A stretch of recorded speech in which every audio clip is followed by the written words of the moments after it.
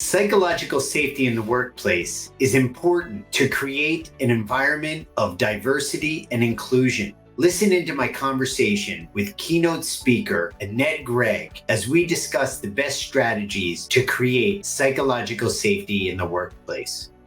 I've just seen it in myself since I've been learning more about this. I know what my biases are. I didn't even know what they were, but I know even going into a conversation, I can recognize saying, hey, I have a bias around this, but I'm going to try to open myself to these other opinions. And I think that is just the first step, realizing that what biases you're personally having because of how you're raised or how you feel about something, and going into a conversation, just calling it. And that's what the term psychological safety is really about, is how do we create an environment in the workplace where we can have these open conversations and we're kind of speaking the same language, that there's two that are probably the most prevalent, I think, in the workplace. There's groupthink, which is when everybody follows the most powerful voice in the room. You go into a conversation in the spirit of brainstorming and you really hope you come out with all these great ideas. As nature has it, there's a powerful force in the room, could be a title, could be just a person that's got a lot of personal power, speaks loudly. Could be Lord of the Flies. It could be, right? It could be a coercive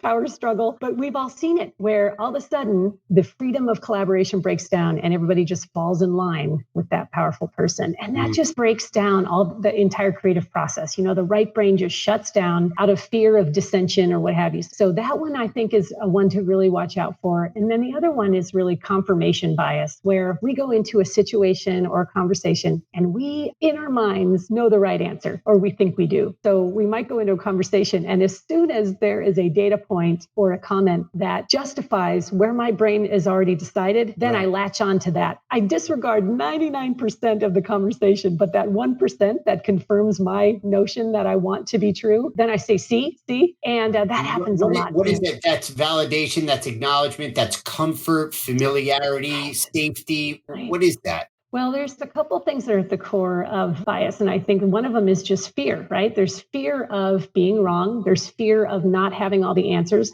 So we go into things with a lot of certainty. I have to be certain, especially as we move up in corporate structures. I am a certain title, so I have to have all the answers. And it's very vulnerable for a leader to go into a situation and say, you know what? I don't know the answers. I'm truly open to all your input here, and we're going to get there. So I think fear is a real powerful force. And sometimes there's just a scarcity. There's a scarcity of time. There's a scarcity of resources where we feel like, look, I really can't get all these divergent opinions. I just got to get to the right answer as quickly as possible. Sure. Thanks for stopping in and watching this video.